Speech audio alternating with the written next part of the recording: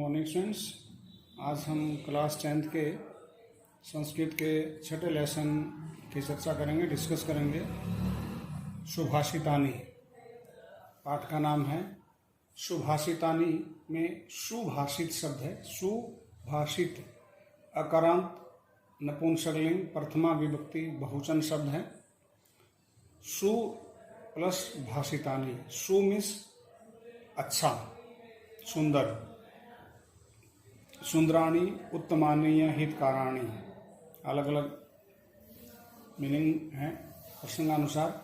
और भाषितानी वचनानी या कथितानी।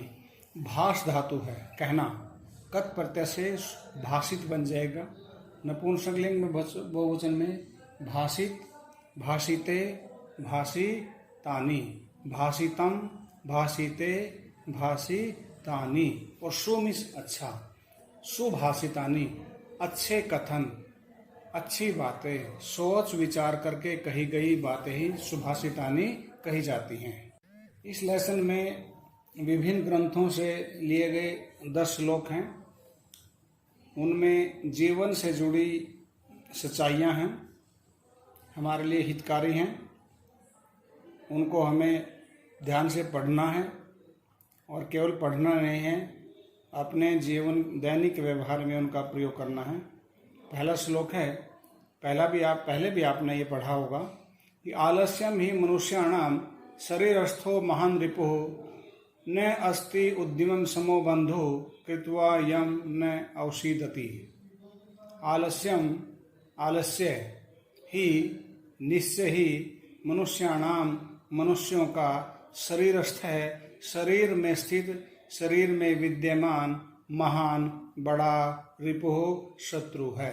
कि आलस्य मनुष्य के शरीर में विद्यमान अर्थात हमेशा साथ रहने वाला मनुष्य का सबसे बड़ा शत्रु है, दुश्मन है। न नहीं, अस्ति है, उद्यम समय, परिश्रम के समान, परिश्रम के सदृश, बंधु, मित्र अर्थात परिश्रम के समान कोई दूसरा, कोई मित्र नहीं है। कृत्वा करके अर्थात परिश्रम करके, यम जिसको, न नहीं, औषीदति कष्टम अनुभवती, दुखम अनुभवती अर्थात परिश्रम के समान कोई दूसरा बंधु या मित्र नहीं है जिसको करके, जिसको किसको कि अर्थात उस परिश्रम को करके कोई भी कष्ट का, दुख का अनुभव नहीं करता, पश्चाताप का अनुभव नहीं करता। इसलिए कहा गया है कि हमारे शरीर में विद्यमान आलस्य ही मनुष्यों का सबसे बड़ा शत्रु है। और मेहनत के समान, परिश्रम के समान कोई भी दूसरा बंधु या मित्र नहीं है जिसको करके कभी भी व्यक्ति कष्ट का अनुभव नहीं करता, पश्चाताप नहीं करता, दुख का अनुभव नहीं करता। अर्थात निश्चित रूप से उसको सफलता मिलती है। और जब सफलता मिलती है तो निश्चित रूप से व्यक्ति प्रसन्नता का अनुभव करता है, खुशी का अनुभव करता है। इसलिए हमें आलस्य छोड़ करके परिश्रम करना चाहिए, मेहनत करनी चाहिए, क्योंकि उसके समान कोई भी दूसरा मित्र नहीं है। नेक्स्ट श्लोक है, गुणी गुणम वेत्ति न वेत्ति निर्गुण है, बलि बलम वेत्ति न वेत्ति निर्बल है, पिको वसंत से गुणम न वायस है, करी च सिंहस्य बलम न मुष्क है। कहा गया है गुणी, गुणवान, गुण वाला। गुण मूल शब्द है, णिनि प्रत्यय से प्रथमा एकवचन पुल्लिंग में बन गया गुणी। गुणवान, गुण वाला, गुणम गुण को, वेत्ति जानता है अर्थात गुणवान ही गुण के महत्व को जानता है। न वेत्ति नहीं जानता, निर्गुण है, गुण से रहित अर्थात गुण से रहित व्यक्ति गुण के महत्व को नहीं जानता। बलि बलम वेत्ति, बलि मीन्स बलवान, बल शब्द है, णिनि प्रत्यय से बलि शब्द बन गया, बल वाला यानी कि बलवान, शक्तिशाली। बलम वेत्ति बल को जानता है, शक्ति को जानता है, पहचानता है। न वेत्ति नहीं जानता, निर्बल है, निर्बल व्यक्ति, कमजोर व्यक्ति शक्ति के महत्व को नहीं जानता। अर्थात कैसे व्यक्ति शक्ति प्राप्त करता है, उसके लिए कितना परिश्रम करना पड़ता है, उसके निर्बल व्यक्ति उसके महत्व को नहीं जानता है। पिक है, कोयल, वसंतस्य, वसंत के अर्थात वसंत ऋतु के, गुणम गुण को अर्थात महत्व को, अंडरस्टूड है, वेती जानती है, न वॉइस है, कोया नहीं।